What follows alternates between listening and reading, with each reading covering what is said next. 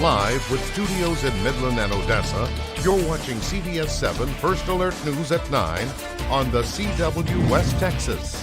A cold front moved into the area this morning, causing 60-plus mile-an-hour winds to plague the West Texas area. Today, residents experienced poor driving conditions, low visibility, and red flag warnings. Topping our show tonight, we are talking about multiple crashes from these winds and what we can expect throughout the evening. Thanks for joining us for CBS 7 News on the CW, and thanks to those of you joining us live on our CBS 7 YouTube channel. I'm Laura Munt, and I'm joined by meteorologist Justin Lopez. Justin, can we expect these conditions to last much longer? Well, good news, Lauren, is that we are expecting that cold front to already push all the way out of the region.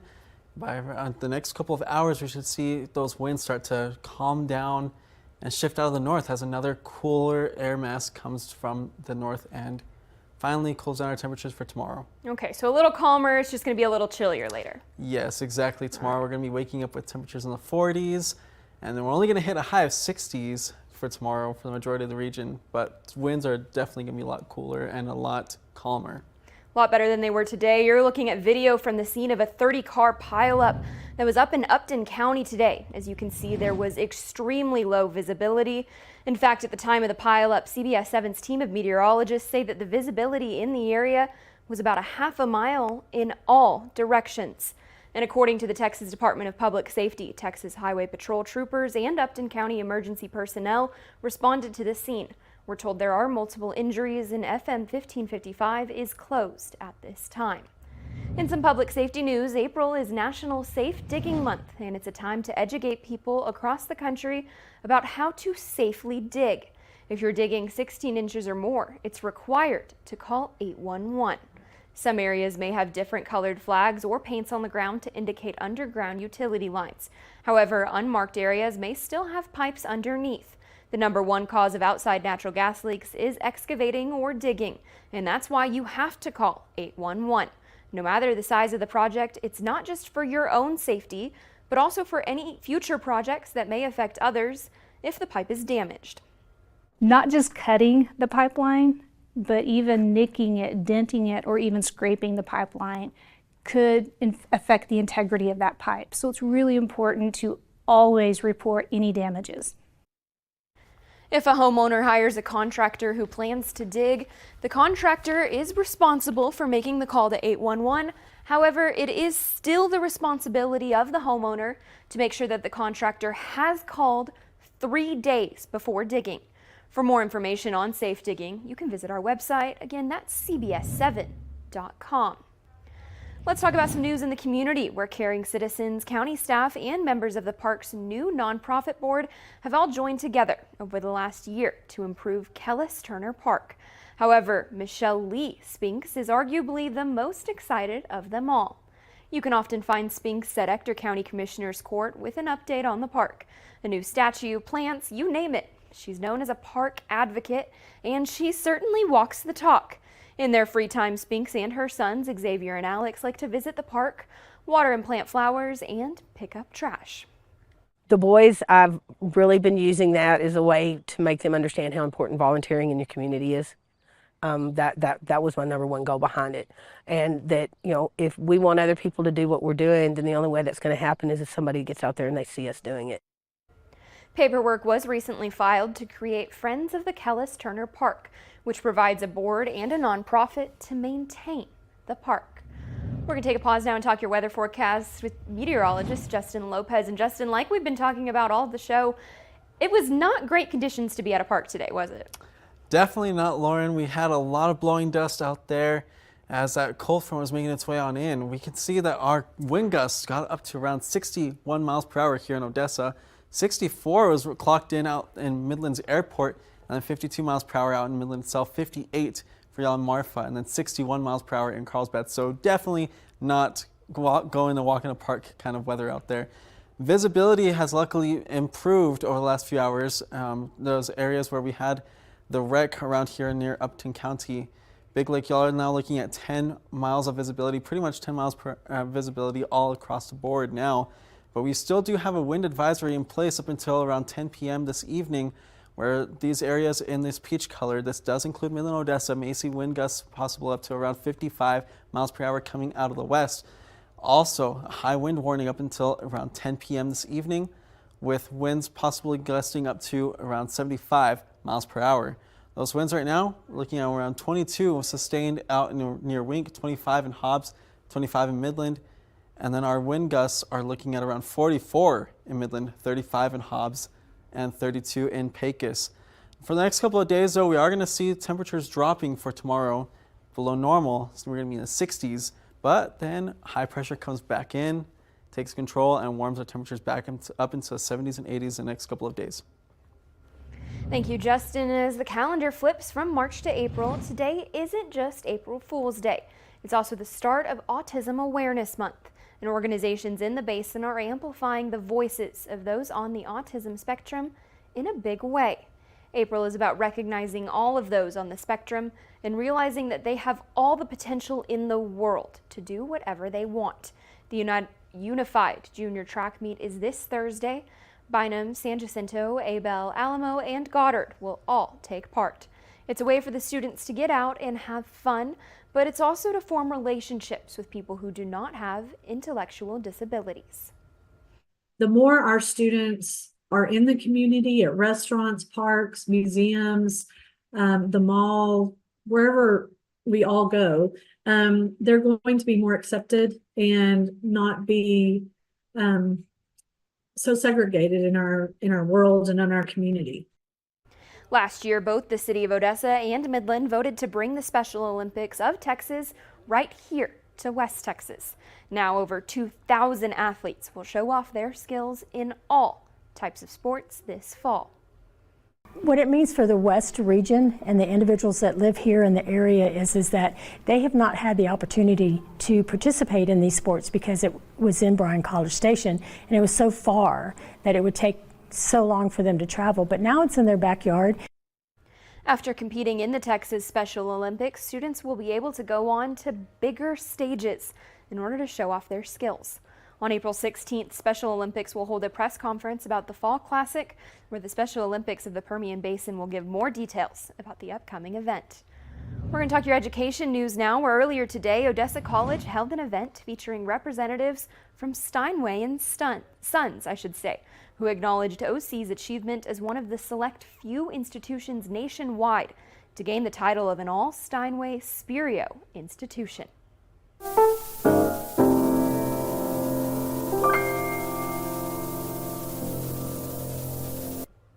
Odessa College is home to a collection of over 20 pianos, including 3 of the coveted Spirio models. The Spirio pianos are like walkie-talkies. When a note is played on one piano, it can be seen and heard across the country on a different piano in the same tune in the same time. That means that students who have no instructors, vocal instructors, instrumental, piano, will be able to take lessons on that remote campus because the investment that's been done, I'm going to call it the mothership here in Odessa. With Spirio technology and musical instruments, Odessa College can now teach music to students who are located off campus and don't have direct access to music teachers, making it easier for more people to follow their passion of music. Let's talk some local sports now, where the UTVB baseball team is now riding a 7-game win streak. That comes after sweeping the Cameron Aggies over the weekend. The Falcons are in 6th place in the Lone Star Conference standings and have a 20-16 record. After a very shaky stretch, head coach Gabe Grinder is thrilled with the progress of the team as they've gotten back on track and hopes it can continue through the rest of the regular season. I think our guys kind of found themselves again. We've had some different personnel stuff happen and maneuvering some pieces around, and it's worked for us so far.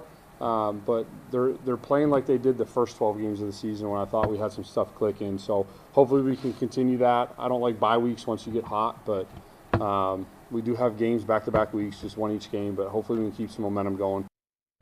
The Falcons will look to keep the momentum going this Wednesday when they visit Sul Ross State in non-conference action. And crossing over to soccer, the Permian Panthers will be back in action tomorrow night when they host El Paso Eastlake in the regional round of the 6A playoffs. The Panthers will host it tomorrow night at Ratliff Stadium. Game time is at 6 o'clock. And we've got more teams going deep into the playoffs with number 4, Greenwood Rangerettes. They'll be on the road when they face number 2, Santa Lazario. Game time tomorrow will be at 3 p.m. and tomorrow's winner will advance to the regional semifinals. That'll happen later this week. CBS 7's Jair Brooks Davis will have the latest score on the Lady Wranglers game, plus highlights from the men's game and even more. First Alert Sports coverage coming up on CBS 7 News at 10. And still ahead, you've heard of storm chasers, but what about eclipse hunters? Up next, we'll tell you about one Texan who's been following them since the 1960s.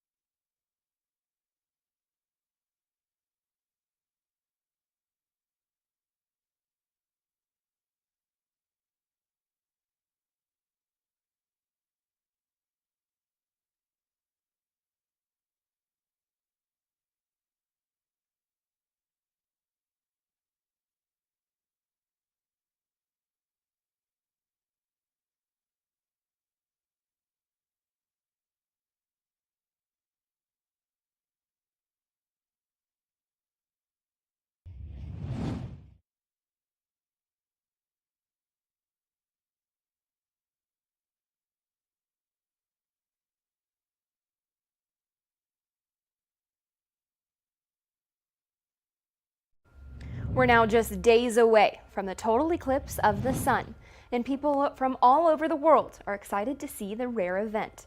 But for one man in Fort Worth, Texas, this eclipse has a very special meaning. The 105-year-old has been chasing them since the early 1960s, and he's witnessed 12 solar eclipses. And as Ken Molestina reports, he's ready to watch his 13th on April 8th. When you step into Mr. Laverne Beiser's Fort Worth home, it's impossible to not notice how much he loves eclipses and taking pictures of them. That was a real excellent position to take a picture. This 105, soon-to-be 106-year-old amateur astronomer has been chasing them for more than 6 decades. You've seen eclipses since 1963 was your first one, and your last one was last year. Last year, right here in Fort Worth. I've seen 12 eclipses. We traveled all over the world to see them. Well, I was lucky I had money back in those days. Good thing for him, April 8th's eclipse will happen right overhead. I could go walk out the door here and look up and see it. You don't need to go anywhere. His obsession with the cosmos, he says, began as a high school student in Ohio.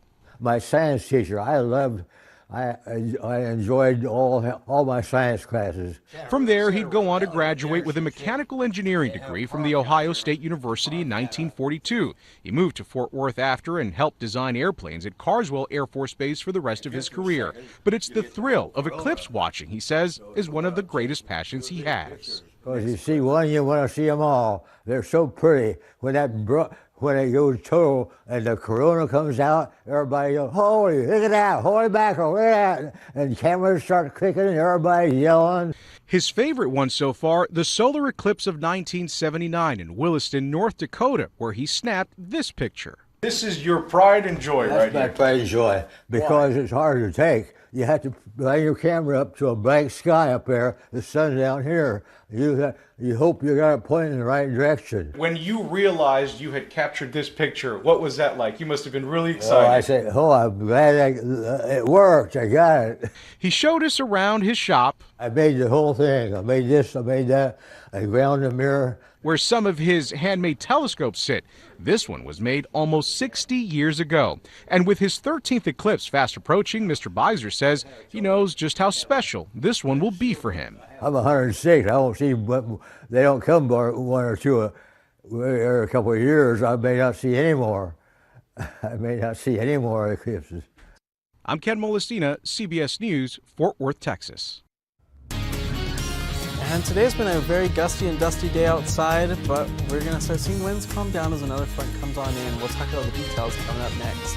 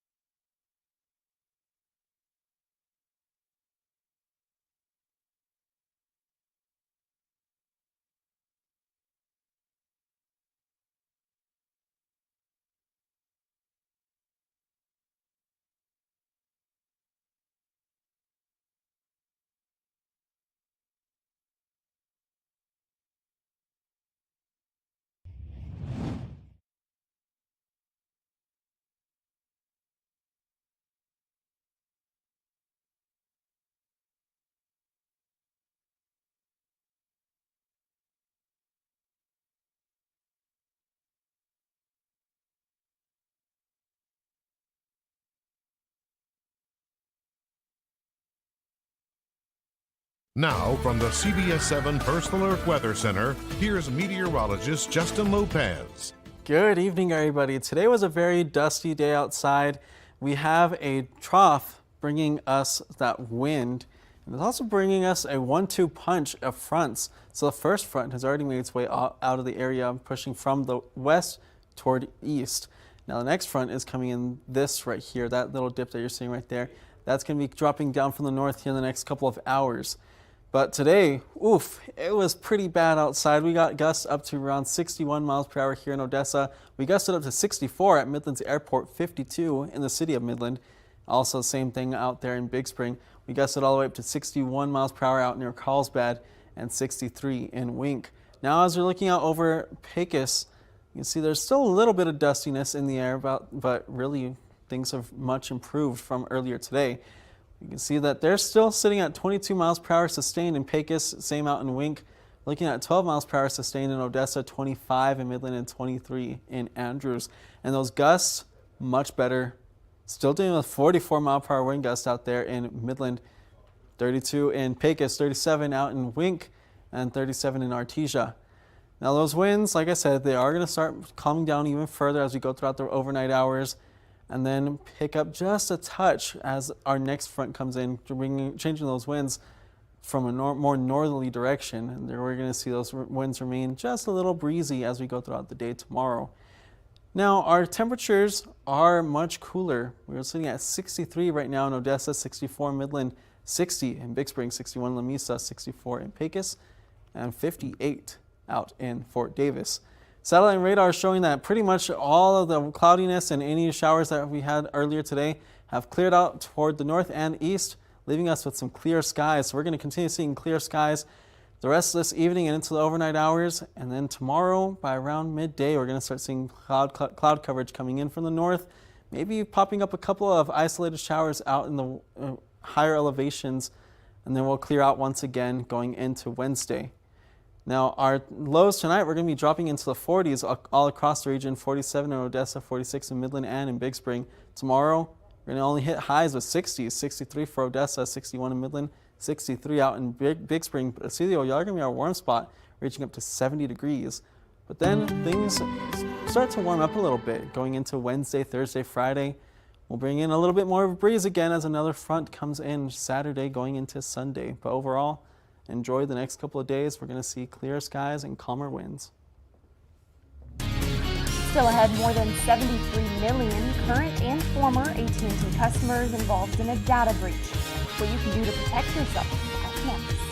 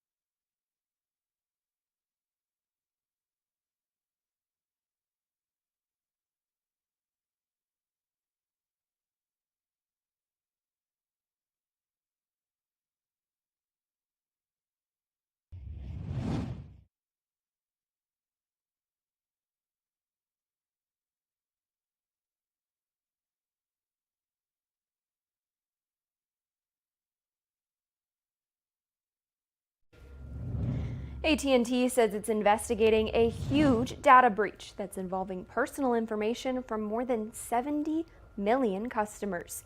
The company is now notifying the people who are affected. Jolene Kent is following the latest security problem for one of America's largest cell phone carriers. AT&T says this massive breach impacted both current and former customers, and it was uncovered when their private data started appearing on the dark web about 2 weeks ago. The leaked data comes from about 7.6 million current account holders and more than 65 million former ones. And what was stolen varies from person to person. The company says it could include social security numbers, full names, first, middle, and last, email and mailing addresses, birth dates, and AT&T account details. And most of that data is from 2019 or earlier, and AT&T said it already reset current users' passcodes and is reaching out to those with compromised information. AT&T is also warning customers to keep close track of their account activity and closely monitor their credit reports. So far, no word on who's behind it or why it's taken so long to figure out. Now, about a year ago, AT&T suffered another breach through a third-party vendor that compromised millions of customers. And you probably remember this one. Back in February, AT&T wireless customers reported major widespread outages in major cities across the U.S. as well. The company said that was caused by a technical glitch, a software update, not a cyber attack. Jolene Kent, CBS News, Los Angeles. Still ahead, if the Easter Bunny didn't leave you very many eggs, it's probably because they were all hatching in South Wales. The not-so-fuzzy Easter surprise up next.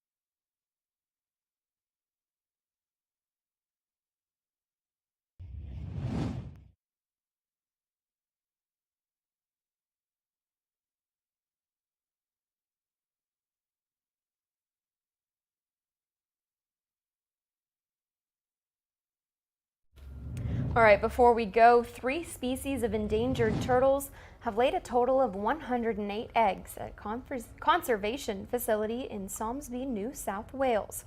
It was just in time for Easter. The staff at Aussie Arks Conservation Facility said the high egg count is a first for the organization. Now, these fragile white eggs were cared for in the Arks incubator room over the past 2 months, and they finally started to hatch. The hatchlings will receive care at a conservation ark for several months before they're fully mature and independent. Then they'll be released back into the wild. I think that's like the most perfect thing to find in your Easter egg. Honestly, yeah. I mean, and how adorable. They're so cute. Oh, they're so when cute. When they're hatching out, look at that. Look at this little guy right here. Oh, he's got little legs poking out. Oh, big stretch. Yeah, big stretch, big stretch. The last time I've seen baby sea turtles was whenever I was in Barbados. Yeah. And it was sea turtle mating season and also sea turtle hatching season. Oh, so they were everywhere. Yes, they were everywhere. They were all over, all kinds of eggs. All on the beach. Are we going to have some beach weather here? Well, you're going to have to wait a few more days. We're seeing a cold front coming in tomorrow. As you all saw today, it was very windy. That was because a cold front's coming in, and there's another one coming in tomorrow in the morning. But there is a silver lining. We're going to see temperatures rebounding into the 70s and then 80s by the end of the week. Okay. But another breezy front's coming in over the weekend. Not as windy tomorrow, though, right? No, definitely not. Stay safe out there. Thanks for watching CBS7 News at 9 on the CW. We've got more news coming up tonight at 10.